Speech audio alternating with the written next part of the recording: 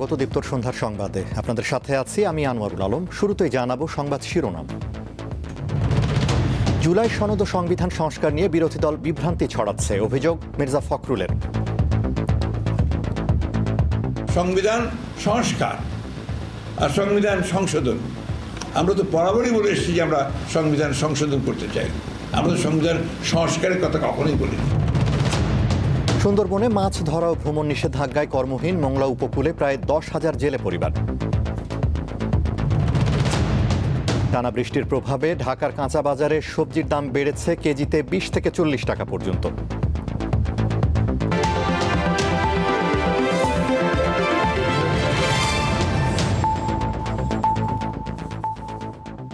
এবারে বিস্তারিত। জুলাই সনদ ও সংবিধান সংস্কার নিয়ে বিরোধী দল বিভ্রান্তি ছড়ানোর চেষ্টা করছে বলে অভিযোগ করেছেন স্থানীয় সরকার মন্ত্রী ও বিএনপি মহাসচিব মির্জা ফখরুল ইসলাম আলমগীর। সকালে রাজধানীতে অধ্যাপক এমাজউদ্দিন আহমেদের স্মরণ সভায় এ অভিযোগ করেন তিনি। জুলাইকে হাতিয়ার হিসেবে ব্যবহার করে বিরোধী দল ক্ষমতায় যেতে চায় বলে মন্তব্য করেন মির্জা ফখরুল। ঢাকা বিশ্ববিদ্যালয়ের সাবেক উপাচার্য প্রফেসর এমাজউদ্দিন আহমেদের ষষ্ঠ মৃত্যুবার্ষিকী উপলক্ষে এই স্মরণ সভার আয়োজন। জাতীয় প্রেস ক্লাবে professor Emajuddin Ahmed research centre ও বাংলাদেশ জাতীয় সাংবাদিক সমিতি এর আয়োজন করে। এতে শিক্ষক, কবি সহ বিভিন্ন শ্রেণী পেশার মানুষ শ্রদ্ধার সাথে স্মরণ করে বিশিষ্ট রাষ্ট্রবিজ্ঞানীকে এবং তিনি দলের পাশে থেকে দেশের অন্যতম প্রাজ্ঞ রাষ্ট্রবিজ্ঞানীর স্মরণ সভায় প্রধান অতিথি হিসাবে যোগ দেন বিএনপি মহাসচিব মির্জা ফখরুল ইসলাম আলমগীর। তিনি বলেন, জনগণকে বিভ্রান্ত করে জুলাইকে ক্ষমতার হাতিয়ার বানানোর অপচেষ্টা করছে বিরোধী দল। শুধুমাত্র আপনার তাদের ক্ষমতায় যাওয়ার জন্য এই জুলাইকে তারা ব্যবহার করতে চায়। আমরা কিন্তু চাই না যে জুলাই শুধু ক্ষমতার যাওয়ার জন্য আরেকটা হাতিয়ারই পরিণত হোক। সংবিধান সংস্কার আর সংবিধান সংশোধন, আমরা তো বরাবরই বলে এসেছি যে আমরা সংবিধান সংশোধন করতে চাই, আমরা তো সংবিধান সংস্কারের কথা কখনোই বলিনি। বিএনপি ঘোষিত 31 দফার মতো জুলাই সনদের প্রতিটি অক্ষর বাস্তবায়নে সরকার প্রতিজ্ঞাবদ্ধ বলেও জানান তিনি। জুলাই সনদের বইটা যদি আপনারা পড়েন, আমার কাছে এখানে নাই, প্রতিটি জায়গায় বলা আছে যে দল তাদের ম্যানিফেস্টো অনুযায়ী যেভাবে আশ্চর্য নির্বাচিত হবে, তারা তাদের ম্যানিফেস্টো অনুযায়ী সেইটাকে বাস্তবায়িত করবে। আমরা বারবারই এই কথা বলে এসেছি এবং আমরা উই আর কমিটেড। আমরা 31 দফাতে যেমন কমিটেড, ঠিক তেমনিভাবে আমরা কমিটেড হচ্ছি জুলাই সনদে। কিন্তু সেটা আমরা যেভাবে চেয়েছি সেইভাবে আমরা বলছি। তারা অনেকে বিভিন্ন রকম মুখরোচক কথা বলে আপনার জনগণকে আপনার উত্তেজিত করবার চেষ্টা করছেন। জনগণের চেয়ে ভালো তো আপনার আর কেউ বোঝে না। মতের ভিন্নতা থাকলেও বিভাজনের রাজনীতি থেকে বেরিয়ে সবাইকে ঐক্যবদ্ধ হয়ে কাজ করার আহ্বানও জানান বিএনপি মহাসচিব। বিভাজনের রাজনীতি না করি। স্বস্তিকা সিংহ, দীপ্ত সংবাদ, ঢাকা। চট্টগ্রামের চন্দনাইশে বন্যায় ক্ষতিগ্রস্ত মানুষের মাঝে ত্রাণ বিতরণ অনুষ্ঠানে হঠাৎ অস্থায়ী মঞ্চ ভেঙে নিচে পড়ে যান অর্থ পরিকল্পনা মন্ত্রী আমির খসরু মাহমুদ চৌধুরী। তবে তিনি অক্ষত আছেন। আজ বেলা 11টার দিকে দোহাজারী পৌরসভার সামনে বন্যা দুর্গত মানুষদের মাঝে ত্রাণ সামগ্রী বিতরণ উপলক্ষে নির্মিত অস্থায়ী মঞ্চে এ ঘটনা ঘটে। প্রত্যক্ষদর্শীরা জানান, মন্ত্রী ত্রাণ বিতরণকালে হঠাৎ মঞ্চটি ভেঙে পড়ে। এতে আমির খসরু সহ সবাই নিচে পড়ে যান, তবে কেউ গুরুতর আহত হননি। এর আগে অর্থমন্ত্রী জানান, চট্টগ্রামের বন্যা দুর্গত মানুষকে সহায়তায় সরকার সম্ভাব্য সবকিছু করছে। সকালে চট্টগ্রামের পতেঙ্গা মাইজপাড়া এলাকায় বন্যা দুর্গতদের মাঝে ত্রাণ বিতরণকালে এ কথা বলেন তিনি।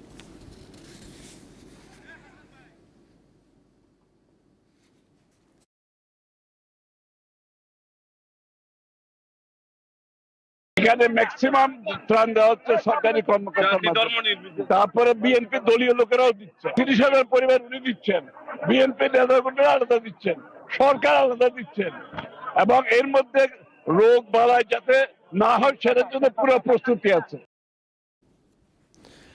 কৃষি, মৎস্য, প্রাণী সম্পদ মন্ত্রী আমিনুর রশিদ জানিয়েছেন, বন্যায় ক্ষতিগ্রস্ত চট্টগ্রামের 5 জেলার কৃষকদের ধান বীজ ও চারা দেওয়া হবে। সকালে চট্টগ্রামের চন্দনাইশ উপজেলার দোহাজারীতে ক্ষতিগ্রস্ত কৃষক, মৎস্য চাষী ও খামারিদের মাঝে ধান বীজ ও উপকরণ বিতরণ এবং গবাদি পশুকে টিকা দেওয়া কার্যক্রমের উদ্বোধন শেষে এ কথা জানান তিনি।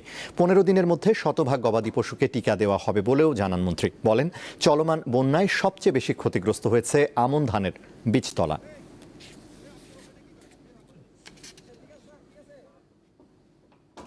এই সরকার কৃষকের সরকার। এই সরকার আসার পরে আপনারা দেখেছেন শুরু থেকেই কৃষক বান্ধব কর্মকাণ্ডগুলি, যেমন স্টার্টিংয়ে যেটা 10,000 টাকা করে কৃষকের ঋণ মাফ করে দেওয়া, তেমনি করে এখন পর্যন্ত চলছে আমাদের কৃষি কার্ড। আজকে আমাদের কৃষি কার্ডের আমাদের ডাটা সংগ্রহ শুরু হয়েছে, ওখানেও আমি আনুষ্ঠানিকভাবে দেখব কীভাবে করে। সরকার মনে প্রাণে চায় যে কোনো অবস্থাতে কৃষক যেন ক্ষতিগ্রস্ত না হয়, পাশে এসে দাঁড়াতে আমরাও চেষ্টা করছি। কুড়িগ্রামে ধরলা, তিস্তা ও দুধকুমার নদের পানি হ্রাস পেয়ে বিপদসীমার নিচ দিয়ে প্রবাহিত হচ্ছে, তবে 3টি পয়েন্টে বাড়ছে ব্রহ্মপুত্রের পানি। অন্যদিকে ব্রহ্মপুত্র নদের চিলমারি, হাতিয়া সহ কয়েকটি পয়েন্টে পানি ধীর গতিতে সমতলে বৃদ্ধি পাচ্ছে। কুড়িগ্রাম পানি উন্নয়ন বিভাগ জানিয়েছে, শুক্রবার সকাল 6টায় সেতু ও শিমুলবাড়ি পয়েন্টে ধরলার পানি, পাটেশ্বরী পয়েন্টে দুধকুমার নদের পানি এবং কাউনিয়া পয়েন্টে তিস্তার পানি সমতলে হ্রাস পেয়ে বিপদসীমার নিচ দিয়ে প্রবাহিত হচ্ছে। অপরদিকে ব্রহ্মপুত্র নদের পানি ধীর গতিতে বৃদ্ধি পেলেও চিলমারি পয়েন্টে বিপদসীমার 61 সেন্টিমিটার, হাতিয়া পয়েন্টে 67 সেন্টিমিটার এবং নুনখাওয়া পয়েন্টে 98 সেন্টিমিটার নিচ দিয়ে প্রবাহিত হচ্ছে। এদিকে নওগাঁর প্রধান দুটি নদীর পানি কমতে শুরু করেছে।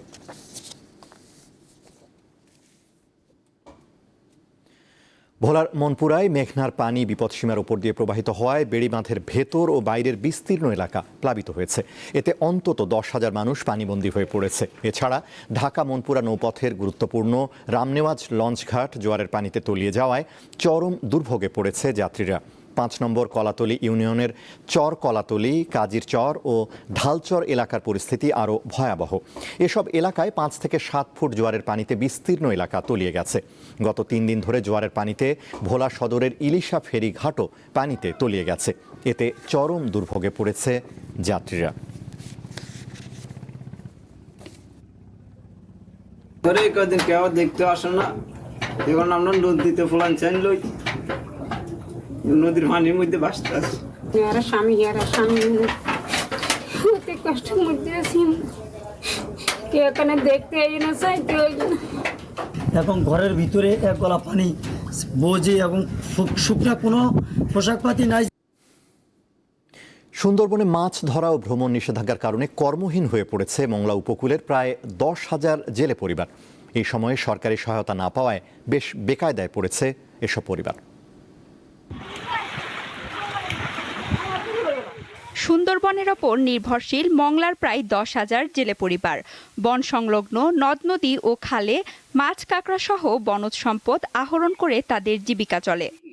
গত 1 জুন থেকে 31শে আগস্ট পর্যন্ত সুন্দরবনের মৎস্য ও বন্যপ্রাণী প্রজনন মৌসুম। এই 3 মাস সুন্দরবনে নদী ও খালে মাছ ধরা ও পর্যটক প্রবেশের নিষেধাজ্ঞা দেয় বন বিভাগ। নিষেধাজ্ঞা কার্যকরের পরও মৎস্য ও বনজীবী পরিবারগুলোর কাছে পৌঁছায়নি কোনো ধরনের সরকারি সহায়তা। তাই দুশ্চিন্তায় পড়েছেন পরিবারগুলোর সদস্যরা। আমি এখনো কোনো সরকারি সহায়তা পাইনি। একটা জালিয়া কাঠ ছিল, তাও সে চাল দিয়া বন্ধ আজ 6 বছর। সরকার যে বরাদ্দ দেয় এগুলো তো আসলে জালিয়াদের জন্য আসে। এই বন্ধের সময় আমরা যাতে পাইতে পারি তাহলে আমাদের একটু উপকৃত হব, তার কারণ কি আমাদের পেশার তো জেলে। বন্ধর পরে কোনো চাল ডাল কোনো সরকারি কোনো অনুদান পাইনি আমরা। সরকার যেন আমাদের উপর একটু লক্ষ্য রাখে। বন্ধের সময় আমাদের যেন শুধু মুষ্টিময় 2-1 জন যেন সবাই তেল পাইলেও যেন সবাই পায়। সংশ্লিষ্ট কর্মকর্তারা জানান, বনজীবীদের সরকারি সহায়তার জন্য ঊর্ধ্বতন কর্তৃপক্ষের কাছে তথ্য পাঠানো হয়েছে। আমরা আশাবাদী এই বছরে মংলা উপজেলায় প্রায় 500 জন মৎস্যজীবী যারা বনজীবী হিসাবে এই সুন্দরবন সংলগ্ন এলাকায় মাছ আহরণ করে তারা সহায়তা পাবে। জুন, জুলাই, আগস্ট মাস যদি মাছ ধরা, কাঁকড়া ধরা এগুলো বন্ধ রাখা হয়, বিশেষ করে বনে প্রবেশ করা বন্ধ থাকে, তাহলে কিন্তু মাছ ডিম দিতে পারবে এবং সুন্দরবনে মাছের প্রাচুর্য বাড়বে। জীববৈচিত্র্য রক্ষার পাশাপাশি সুন্দরবনের সাথে জড়িত পরিবারগুলোর জীবনমানের দিকে সরকারের দৃষ্টি রাখার দাবি সংশ্লিষ্টদের। সঞ্জিদা স্নিগ্ধা, দীপ্ত, বার্তাকক্ষ। টানা বৃষ্টির প্রভাব পড়েছে রাজধানীর কাঁচা বাজারে। ঊর্ধ্বমুখী সবজি ও মাছের দাম, প্রায় প্রতিটি সবজির দাম কেজিতে বেড়েছে 20 থেকে 40 টাকা পর্যন্ত। তবে আগের দামে বিক্রি হচ্ছে চাল, ডাল, ভোজ্য তেল ও মশলা। এটি রাজধানীর কারওয়ান বাজারের চিত্র। শুক্রবার হলেও লোকজনের আনাগোনা কম। যেসব ক্রেতা বাজারে এসেছেন তাদের অনেকেই দ্রব্যমূল্য বৃদ্ধির চাপে হিমশিম খাচ্ছেন, কারণ কয়েক সপ্তাহ ধরে নিয়ন্ত্রণে থাকা সবজি সহ বেশ কিছু পণ্যের দাম হঠাৎ করেই অস্বাভাবিক বেড়েছে। বাজার ঘুরে দেখা গেছে পটল, ঢেঁড়স ও পেঁপে বিক্রি হচ্ছে 60 টাকায়, করলা প্রতি কেজি 100 আর লাউ ঝিঙা বিক্রি হচ্ছে 80 টাকায়। এছাড়া বেগুনের দাম ঠেকেছে 120 টাকায়। বিক্রেতারা বলছেন টানা বৃষ্টিতে বিভিন্ন অঞ্চলে সবজির জমি পানিতে তলিয়ে যাওয়ায় সরবরাহ কমে গেছে। এই সুযোগে পাইকারি পর্যায় থেকেই দাম বাড়ানো হয়েছে। এমন পরিস্থিতিতে অসহায় ক্রেতারা। ভেন্ডি 60 টাকা কিনা 80 টাকা বেশি, ঝিঙ্গা 65 কিনা 80 টাকা বেশি, ধনিয়া পাতা 300 টাকা কেজি 400 টাকা বেশি, আর শসা 140 টাকা কিনা বেচতেছি আপনার 160 টাকা, আর উস্তা কিনা হয়েছে 80 টাকা বেশি 100 টাকা। আমি বাস করি বসুন্ধরাতে, বাজার করতে আসি এখানে, তার কারণে লোক কিছুটা কমে পাই। 120 টাকা থেকে 200 টাকা হয়ে গেছে, তাহলে একদিনের ডিফারেন্সে 80 টাকা বেড়ে যায় একটা প্রোডাক্টে কিভাবে? এটা অনেক বেশি মনে হচ্ছে আমাদের। এদিকে আদা, রসুন ও পেঁয়াজের বাজারও ঊর্ধ্বমুখী। প্রতিটি পণ্যই কেজিতে বেড়েছে 10 থেকে 20 টাকা। আগে ছিল আদা আপনার 160 টাকা, এখন পাইকারি 180 টাকা, 200 টাকা বিক্রি করতে হয়। রসুন ছিল 160 টাকা, 180 টাকা, 200 টাকা বিক্রি। পেঁয়াজ ছিল 40 টাকা কেজি, এখন হয়েছে 50 টাকা। এদিকে বর্ষার প্রভাব পড়েছে মাছের বাজারেও। বিভিন্ন প্রজাতির মাছের দাম কেজিতে বেড়েছে 100 থেকে 150 টাকা। পরে অন্য সব বাসে নিয়ে গেছে, মাছের দাম 50, 100 সব মাছের দাম কিনতে বাইরে গেছে এই সপ্তাহে, আবার সামনে কমতে পারে। মাছ কিনতে যেয়ে দেখলাম যে মাছের দাম অনেক। মাছ অন্য সময় যা কিনি তার চেয়ে কেজিতে 100 টাকা বেশি। এটা মাছে ভাতে বাঙালি, এই বাজারটা যদি নিয়ন্ত্রণ না হয়, একটু কম না হয়, তাহলে তো মাছটাও খেতে পারছেন। গত সপ্তাহের তুলনায় দামটা একটু বেশি, মাছের সাপ্লাই থাকলেও দামটা একটু বেশি। তারপরেও যারা আমরা হয়তো কেউ কিনতে পারছি, কিন্তু যারা লিমিটেড ইনকাম তাদের জন্য আসলে খুব মুশকিল। তবে স্থিতিশীল রয়েছে চাল, ডাল সহ বেশ কিছু পণ্যের দাম। সঞ্জিদা প্লাবনী, দীপ্ত সংবাদ, ঢাকা। আন্তর্জাতিক। ইরানের দক্ষিণাঞ্চলের একাধিক বেসামরিক অবকাঠামোতে হামলা চালিয়েছে যুক্তরাষ্ট্র।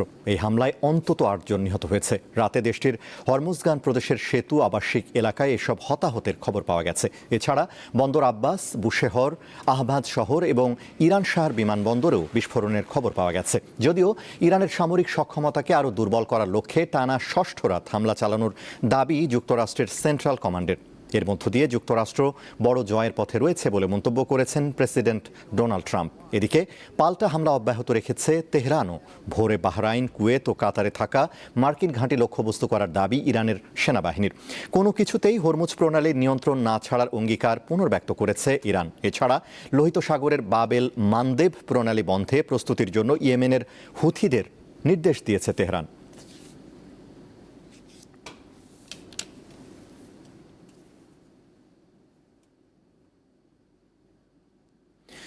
300 প্রজাতির 70,000-এরও বেশি গাছপালা দিয়ে চীনের গড়ে তোলা হয়েছে একটি ইনডোর বোটানিক্যাল গার্ডেন। চংকিং শহরের একটি শপিং মলের ভেতরে ওই কৃত্রিম বন। সেখানে রয়েছে জলপ্রপাতও। সন্ধ্যা হতেই মনোমুগ্ধকর আলো ও ছায়ার খেলায় এক জাদুকরী রূপ নেয় গার্ডেনটি। দিন দিন বাড়ছে ক্রেতা সমাগম ও দর্শনার্থীদের ভিড়। চোখ ধাঁধানো এই দৃশ্যটি চীনের চংকিং শহরের দ্য রিং শপিং মলের। কৃত্রিম জলপ্রপাত ও হাজার হাজার গাছপালায় ছেয়ে থাকা সবুজ প্রকৃতির সঙ্গে আধুনিক স্থাপত্যের মেলবন্ধনে শপিং মলটি রূপ নিয়েছে স্বর্গরাজ্যে। নজর কাড়ছে ক্রেতা দর্শনার্থীদের। ইনডোর বোটানিক্যাল গার্ডেন কিংবা মুগুয়াং ফরেস্ট হিসেবেই এখন বেশি পরিচিত চীনের এই শপিং মলটি। কৃত্রিমভাবে গড়ে তোলা সবুজ অরণ্যে শপিং মলটিতে ক্রেতা সমাগমও বাড়ছে। বন্ধুবান্ধব ও পরিবার নিয়ে শুধু ঘুরতেও যাচ্ছেন অনেকে। আমি অন্য কোথাও এমন অভিনব ও আকর্ষণীয় শপিং মল দেখিনি। শপিং করতে এসে সত্যিকারের বন দেখা এক নতুন এবং আকর্ষণীয় অভিজ্ঞতা। এর নান্দনিকতা যে কারো মন ছুঁয়ে যাবে। আড্ডা দেওয়ার জন্য চমৎকার একটি জায়গা। আমি প্রায়ই এখানে আসি। এটি কেবল শপিং মল নয়, পর্যটকদের জন্য বিশ্বমানের দর্শনীয় স্থানও বটে। ইনডোর ফরেস্টের প্রধান আকর্ষণই হল বেসমেন্ট 1 থেকে লেভেল 5 পর্যন্ত মোট 7 তলায় থাকা কৃত্রিম বন। প্রায় 300 প্রজাতির 70,000-এর বেশি গাছপালা নিয়ে গড়ে তোলা বনটি দেখতে অবিকল অ্যাভাটার সিনেমার প্যান্ডোরা গ্রহের মতো। শপিং মলটির আকর্ষণ বাড়িয়ে তুলেছে 25 মিটার উঁচু কৃত্রিম জলপ্রপাত, আর প্রাগৈতিহাসিক থিমের সঙ্গে মিল রেখে স্থাপন করা হয়েছে ডাইনোসরের রেপ্লিকা। পাশাপাশি সন্ধ্যা হতেই মনোমুগ্ধকর আলো ছায়ার খেলায় এক জাদুকরী রূপ নেয় শপিং মলটি। তৌহিদুর রহমান, দীপ্ত, বার্তা কক্ষ। এবারে বিআরবি কেবলস নিবেদিত ফিফা ওয়ার্ল্ড কাপ 2026।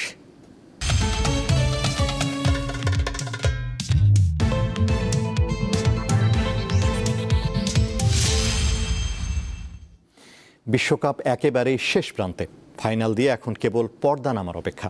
রোববার রাত 1টায় মেটলাইফ স্টেডিয়ামে গড়বে শেষ মহারণ, যেখানে শিরোপার লড়াইয়ে মুখোমুখি হবে স্পেন ও আর্জেন্টিনা। মহা আকর্ষণীয় ফাইনাল ঘিরে নয়া পরিকল্পনা নিয়েছে ফিফা। আমেরিকান সুপার বোলের আদলে প্রথমবারের মতো ফাইনালে আয়োজন করা হচ্ছে জমকালো হাফ টাইম শো, আর তাতেই ইতিহাসের দীর্ঘতম ফাইনাল দেখার অপেক্ষায় ফুটবল বিশ্ব।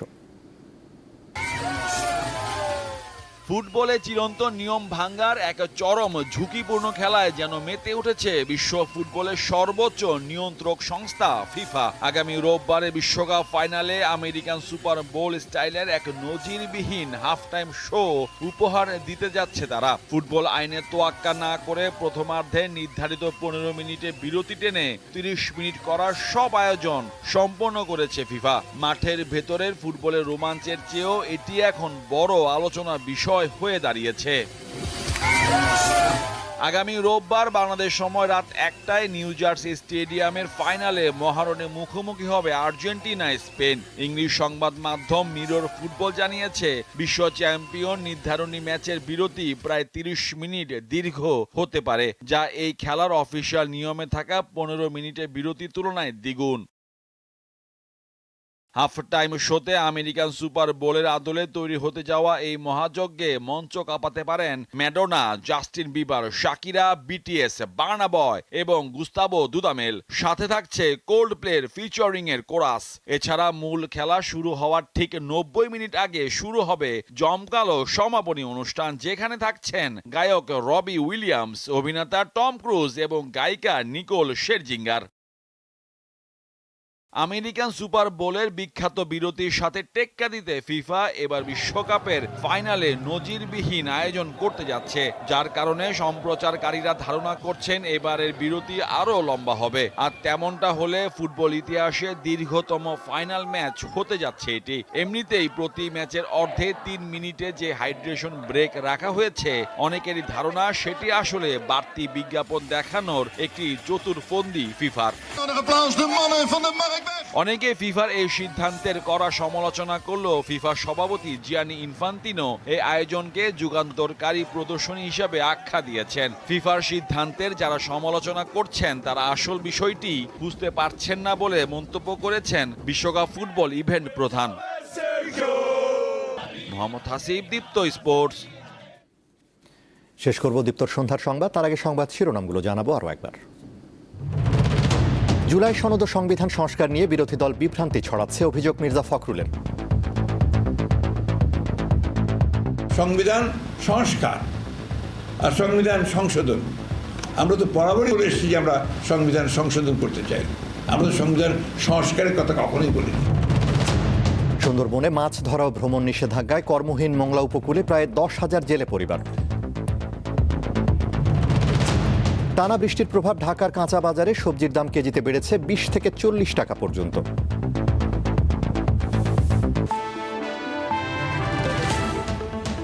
এই ছিল এখনকার মতো আমাদের পরবর্তী দীপ্ত সংবাদ রাত 11টায় দেখার আমন্ত্রণ। এছাড়া আরও তথ্য বিনোদনের খবর পেতে যুক্ত থাকুন দীপ্তর ডিজিটাল প্ল্যাটফর্মগুলোতে। ধন্যবাদ।